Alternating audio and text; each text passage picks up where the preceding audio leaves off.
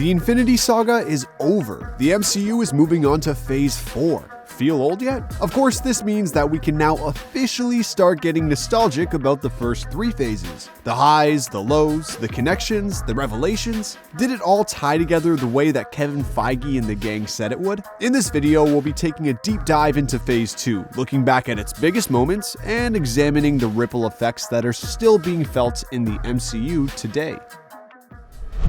Phase 2 of the MCU kicked off with Iron Man 3, a movie full of big character moments for Tony Stark. Now, admittedly, not all of those big moments stuck. For example, at the end of the movie, Tony makes a big thing of blowing up all his suits. Realistically, that was never gonna last. But one very big personal moment for Tony was finally having an operation to remove the shrapnel that became embedded in his chest way back in the first Iron Man. He even threw away his old arc reactor. Pretty major stuff, and even though Tony would keep wrestling with his identity as Iron Man all the way up until Avengers Endgame, this moment showed that maybe he could find some kind of peace, if he wanted it. Everyone loves Loki, Thor's lovable rogue of a brother. Ooh, we regret to inform you that Loki has viciously betrayed Thor. Oh no, he's actually heroically sacrificed his life to help Thor. Oh, no, actually he's faked his death and he is now impersonating the All-Father Odin. Loki's duplicity in Thor: The Dark World wouldn't be discovered until years later in Thor: Ragnarok, but this unfairly maligned Phase 2 movie sowed some pretty important character and plot seeds for the two Asgardian brothers. Threads that wouldn't pay off until right at the end of Phase 3. And hey, Loki is still technically alive now. Kinda. Sorta. Another important moment in Thor: The Dark World was the introduction of the Aether. Also known as the Reality Stone, it was the latest Infinity Stone to make an appearance in the MCU. Another enticing breadcrumb in a trail that would lead directly to a certain big purple guy with the nutsack of a chin, to quote the poet and philosopher Peter Quill. The reveal of this stone would also, through a post-credit scene, introduce a character called the Collector. This stylish individual would go on to have a major role in a silly little space movie featuring a talking raccoon. A movie that nobody was really expecting much from. Were they wrong? We'll have to wait and see. Captain America: The Winter Soldier, as well as being a great action movie in its own right, is full of hugely important moments that would have major repercussions across the rest of Phase 2, Phase 3, and beyond. The first of these is coming up on your left. Yes, it's Cap's first meeting with Sam Wilson, aka the Falcon. Would either of these guys have thought when they first ran around Washington, D.C. together, how important their partnership would be?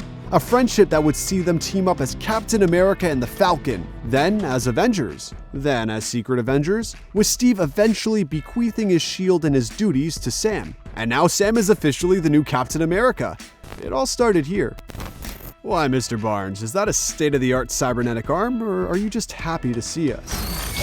The moment when the Winter Soldier's mask fell off, revealing a certain James Buchanan Barnes, was pretty huge for Cap on a personal level, but it would have profound consequences for the trajectory of the MCU as well. After all, without the complicating factor of Bucky, Steve and Tony might not have fallen out quite so hard in Civil War, and the Avengers might not have broken up, like the Beatles. And if they hadn't broken up, might they have been better prepared for the arrival of Thanos? That's some chaos theory for you. You could make a case for the Winter Soldier being one of the most seismic entries in the entire MCU, and Exhibit A would have to be the fall of S.H.I.E.L.D.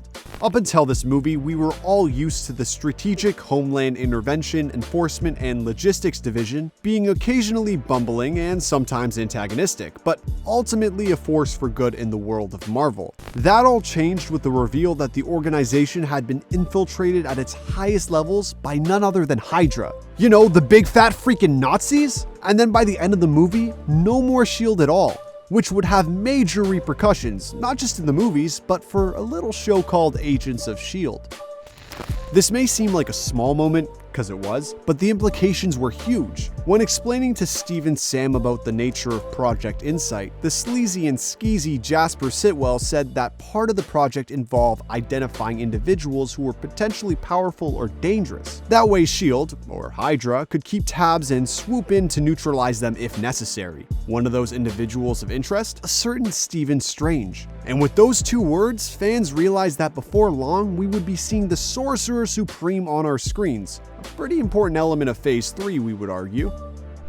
One more Winter Soldier moment before we move on to the rest of Phase 2. This one was a post-credit scene, a very brief glimpse of two new characters, one of whom would go on to be a pretty heavy hitter in the MCU. Her brother, not so much.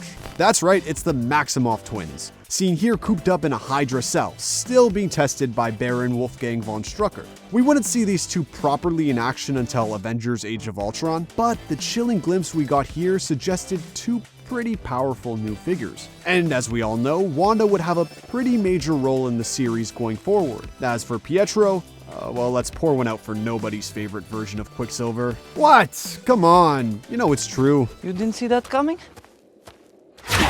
In 2012, Marvel officially announced that a Guardians of the Galaxy movie was in production, and the world cried out in one voice. Who? Okay, maybe a few fans were excited, but most fans were like, a walking tree, a talking raccoon, the guy from Parks and Rec. How wrong they all were, and nothing sums that up more than this moment, when everyone's new favorite space anti-heroes swaggered across the screen together in slow motion. Not only were these dirtbags here to stay, but the cosmic side of the MCU was well and truly established. In that moment, the universe got a whole lot bigger. Guardians of the Galaxy also gave us another link in the chain leading to Thanos. No, we're not talking about the fact that Thanos actually made an appearance in the movie. He was still just kind of a weird guy sitting in a chair here anyway. No, we mean the introduction of the Power Stone. A common complaint around the first three phases was how many stories revolved around these damn stones. But in Guardians, the Power Stone served a few different purposes. It brought our heroes together, it was another piece in the overall narrative puzzle for the Infinity Saga, and it gave us the hint that Peter Quill might be something more than just a kidnapped human. All that from a glowing purple doodad. We'd wager that most Marvel fans, at some point, have had the debate about who else could lift Thor's hammer. So it was a real thrill to watch Avengers Age of Ultron and see the characters themselves putting that debate into practice. Also thrilling, though brief, was the moment when Cap managed to ever so slightly move Mjolnir. Nobody else really seemed to notice, apart from Thor, and initially it just seemed like a fun throwaway gag. But not only did it come back later as proof that a certain brand new synthezoid could be trusted, but it also set up the greatest moment in cinematic history at the climax of Avengers Endgame. You know the one. And speaking of a certain brand new synthezoid, Age of Ultron introduced several new characters. But one of the most important was undoubtedly the Vision. His birth was a pivotal moment in more ways than one. Not only was this hybrid of Jarvis, Ultron, and Infinity Stone the key to defeating James Spader's homicidal robot villain, but Vision would go on to play important roles in Civil War, Infinity War, and Endgame. Oh, and go star in his very own show, the recently concluded WandaVision. Not bad for a guy who was only born yesterday. Age of Ultron ends with the Avengers kind of disassembled. Though they were at least mostly still on speaking terms at this point, Hulk was off on a Quinjet, Thor was off investigating, Tony was taking a step back, so who else was left to defend the Earth? Enter Captain America and his new team, including Wanda Maximoff, the Vision, War Machine, and the Falcon. A pretty cool lineup, and one that would still be operating in the open when Captain America's Civil War rolled around. Up until Age of Ultron, we'd only have glimpses of Thanos and his plans. We knew that he was using various proxies to seek out Infinity Stones, including the likes of Loki and Ronan the Accuser. We didn't know why, well, general audiences didn't anyway, so it was pretty momentous when Age of Ultron's post-credit scenes rolled around and Thanos explicitly told us he was tired of waiting for other people to do his dirty work for him. The big purple guy wasn't playing around anymore, he was gonna take charge. What did that mean? Comic fans understood. The Infinity Saga was properly underway, and we all know how that turned out. Ant-Man was never meant to be a particularly earth-shattering movie. It was a fun, little adventure, a palate cleanser after the epic romp and drama of Age of Ultron. And for our money, it did that job pretty well. But while overall it's one of the lighter entries in the MCU, Ant-Man did introduce one element that would have profound ramifications later in the series. The moment we're talking about, of course, is the introduction of the quantum realm. Of course, we weren't to know the significance back then, but eventually the quantum realm and its weird time-flattening properties would prove essential for the Avengers to undo the action of Thanos at the end of Phase 3. Well, how do you like that? It was all connected. Marvel post-credit scenes are often important, but which Phase 2 post-credit scenes has had the least impact overall? You can litigate this in the comments, but our pick is Howard the Duck's cameo at the end of Guardians. He hasn't returned in any major role, no Howard the Duck solo movie. What gives, Marvel?